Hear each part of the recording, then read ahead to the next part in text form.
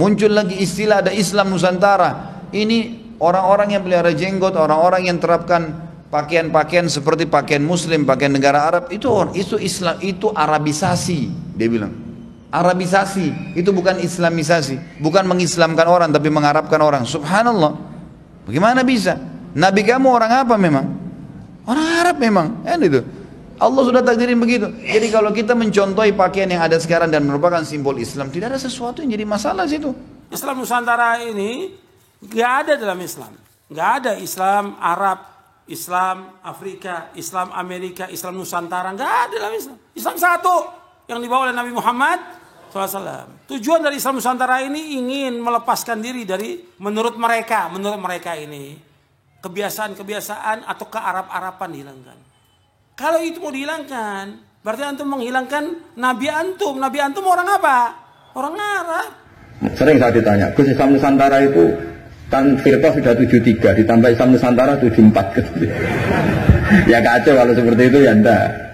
Islam Nusantara itu ya maknanya ya karena kita punya kultur, punya budaya, dan budaya itu budaya Indonesia. Ketika Islam masuk ke Indonesia, Islam itu mengislamkan Indonesia, bukan mengarabkan Indonesia, bukan.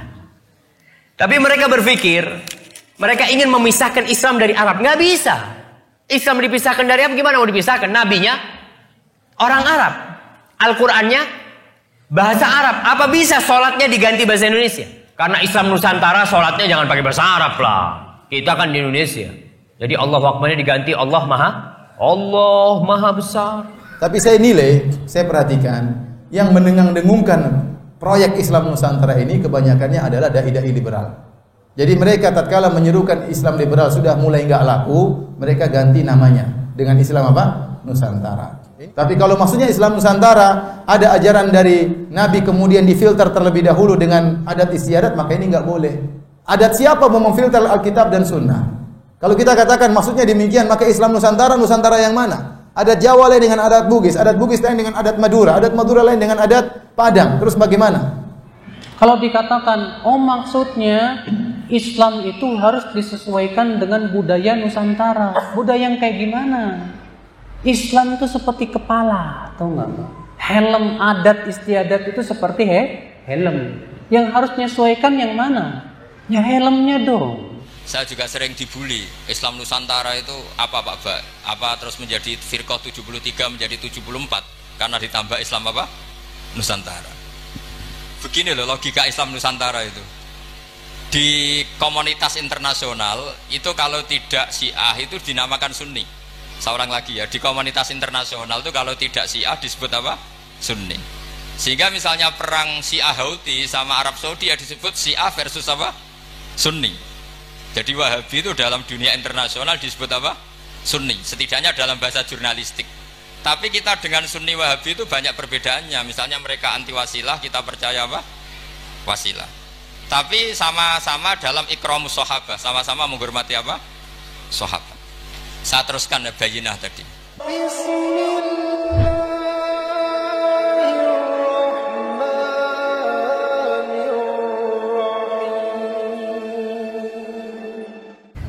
Jadi fikihnya Mbah Mun itu jangan dilihat misalnya seorang kiai ketemu megang, enggak. Lihatlah ini satu ikhtiar supaya Indonesia itu damai. Kenapa? Indonesia. Saya termasuk santri yang akhirnya mencari-cari argumentasi itu. Singkat cerita, saya nyari itu di khazanah-khazanah kitab dan ketemu, yaitu Rasulullah pernah berdamai dengan Suhail bin Amr. Suhail bin Amr itu tokoh kafir apa? Quraisy yang bisa mengendalikan Quraisy. Sekali dia komando perang maka perang. Padahal posisi Nabi sudah di Hudaybiyah, kira-kira 25 kilo dari Mekah. Itu kalau perang pasti banyak korbannya. Dan itu semua perjanjian merugikan Nabi, tapi diterima saja. Asal tidak terjadi saling bunuh, saling chaos, saling kolek. Itu yang ditiru Mbah Mun. Tapi sekarang orang enggak, kadang pakai hitam putih. Pokoknya saya putih pasti benar, ini hitam pasti salah. Yang dilupakan adalah kalau betul orang lain itu hitam, ini pun tanggung jawab kita, karena ini juga umatnya Rasulullah Shallallahu Alaihi Wasallam. Sekarang ketika kamu melihat orang salah, itu jika itu bagian dari keluarga kamu, inginnya memberi sanksi apa membenahi? Membenahi. Makanya dalam sebuah kitab yang diceritakan Sarah Hikam, kitab paling terkenal di kalangan pesantren, kitab Hikam. Dan cerita itu benar menurut saya. Ini cerita yang versi kitab Hikam. Nabi Ibrahim diterbangkan ke alam malakut, terus melihat para pezina. Allah tanya, menurut kamu diapakan?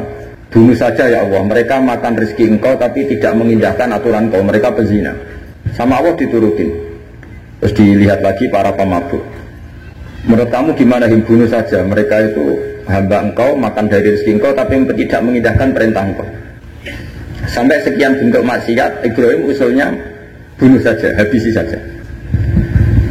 Lama-lama suatu saat, ini cerita yang di Sarah Hikam, Ibrahim disuruh nyembelih Ismail.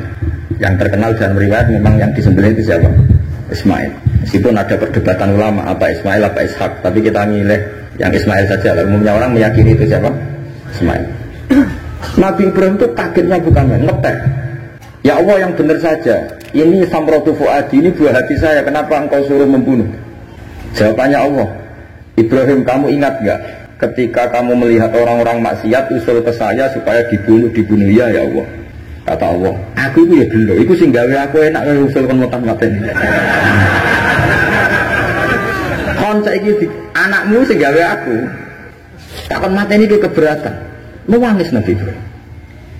Ini pelajaran bagi kita.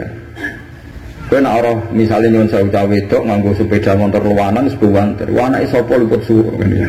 Tapi nek jelingno, oh niku ponakane jenengan. Mesti gitu.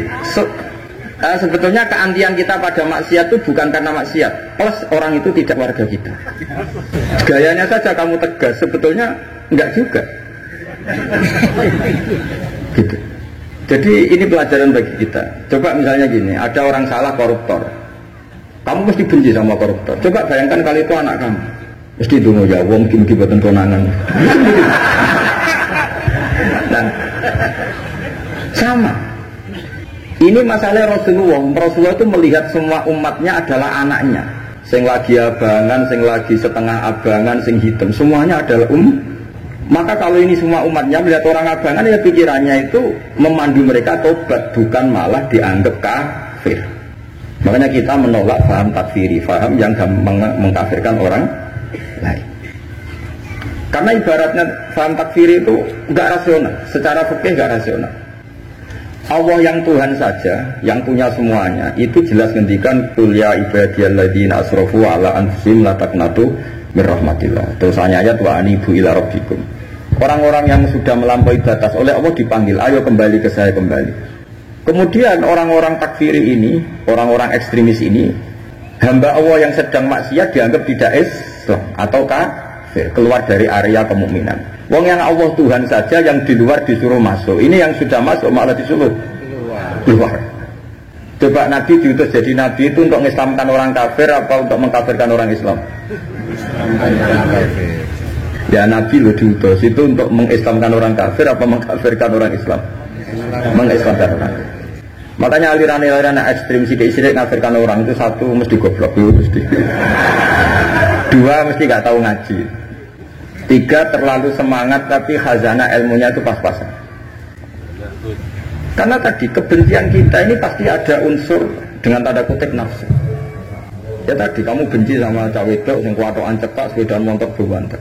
Bareng mbok pisoi jumlah wong ayu banget seneng kowe. Kira-kira masih misoi ndak gitu. Itu mesti atau gini, kamu benci sama orang yang nyulayani janji. Zaid tidak janji sama kamu mesti marah. Janjian kok gak rene gini-gini. Coba Zaid itu orang yang ngutangi kamu.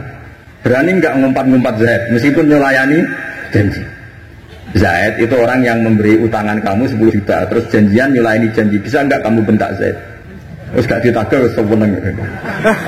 Artinya ketika kamu disulayani janji marah itu mesti gini. Sudah nyulayani janji plus tidak berjasa. Nah ini yang kita dapat kearifan dari Nabi Ibrahim. Saat kita enak saja usul orang maksiat dibunuh dimatikan oleh Allah, itu plus mereka kebetulan tidak anak kita.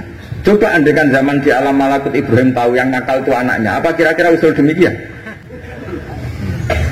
Nah makanya ini jaga kearifan kita, bahwa bayangkan orang lain itu keluarga kita. Makanya kearifan dari bapak saya, bapak itu senangnya kancanan orang macam-macam, masuk musim bulet-bulet. Terus setiap saya tanya, kenapa Pak? Senggelem dadi ngono ya sapa? Mesti jawabannya gitu. Karena itu kearifan. Senggelem dadi ngono itu santrinya bapak dulu yang bulet ya banyak. Iya itu bengkel, nggak ra gelem dadani barang rusak ya rasa jadi apa? Iya. Makanya saya ini keterusan, saya termasuk jenis kiai yang nggak tegas. Tapi karena kearifan, kiai yang terlalu tegas itu biasanya tidak pati arif. Ya tadi, bayangkan itu anak kamu, kepengen ngaji malah diboyong. Cara itu anakmu, Pak Yai memberi kepengen didadani malah jiran. Jadi ini pelajaran bagi kita. Jadi coba khazanah-khazanah itu jangan sampai hilang. Memang ada banyak riwayat tentang Nabi Ibrahim menyembelih Ismail. Sebagian kitab meriwayatkan bahwa Ibrahim itu saking senangnya sama Allah, ditanya Ibrahim, andai kan kamu punya sapi sekian, kamu korbankan untuk saya enggak? Iya ya Allah, untuk taqarrub ilaika. Kurban ini maknanya satu prosesi ibadah untuk mendekatkan diri kepada Allah. Mana ada terima sapi unta, nak jenengan nyuwun anak kula mau tak korban. Terus dites tenan disuruh nyembelih apa? Ismail. Tapi saya lebih cocok sama riwayat yang diterangkan di Syarah Kitab Hikam tadi. Jadi beliau ngalami kasaf, diangkat. Kasaf itu satu kemampuan untuk melihat alam gaib, kemudian dipertontonkan Allah alam malakut. Terus Ibrahim main usul supaya orang-orang itu dihabisi. Suatu saat itu tadi diingatkan Allah, coba anak kamu sembelih. Lu gimana ya Allah, ini samratu fuadi buat saya. Terus kata Allah, ketika kamu usul langsung tak turuti, kalau saya usul kamu pikir-pikir katanya. Tapi ini anak saya, memang saya bunuh itu hamba siapa, itu juga hamba saya kata Allah. Nah semenjak itu Ibrahim jadi halim. Ibna Ibrahim malah halimun awwahumunib. Semenjak itu dia jadi halim, beliau jadi halim. Halim itu mudah memaafkan. Dulu enggak ya, agak-agak temperamental. Makanya dalam tafsir diterangkan ketika Ibrahim ekstrim memakai beberapa berhala itu di Quran dijelaskan sami'na fatay yazkuruhum yuqalu lahu Ibrahim. Fatan itu anak muda, jadi gejolaknya masih kuat sehingga frontal. Tapi ketika Ibrahim sepuh itu semua proses dakwahnya itu halus. Ya kira-kira mirip Wali Songo. Tapi itu bahasa yang salah ya, Wali Songo yang mirip Nabi Ibrahim nanti. Makanya yang benar itu madzhab ahli sunnah wal jamaah. Islam Nusantara itu nama lain yang ingin ikut ahli sunnah wal.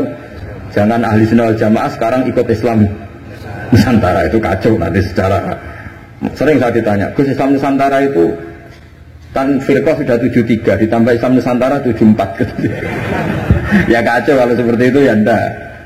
Islam Nusantara itu ya maknanya ya karena kita punya kultur, punya budaya, dan budaya itu budaya Indonesia.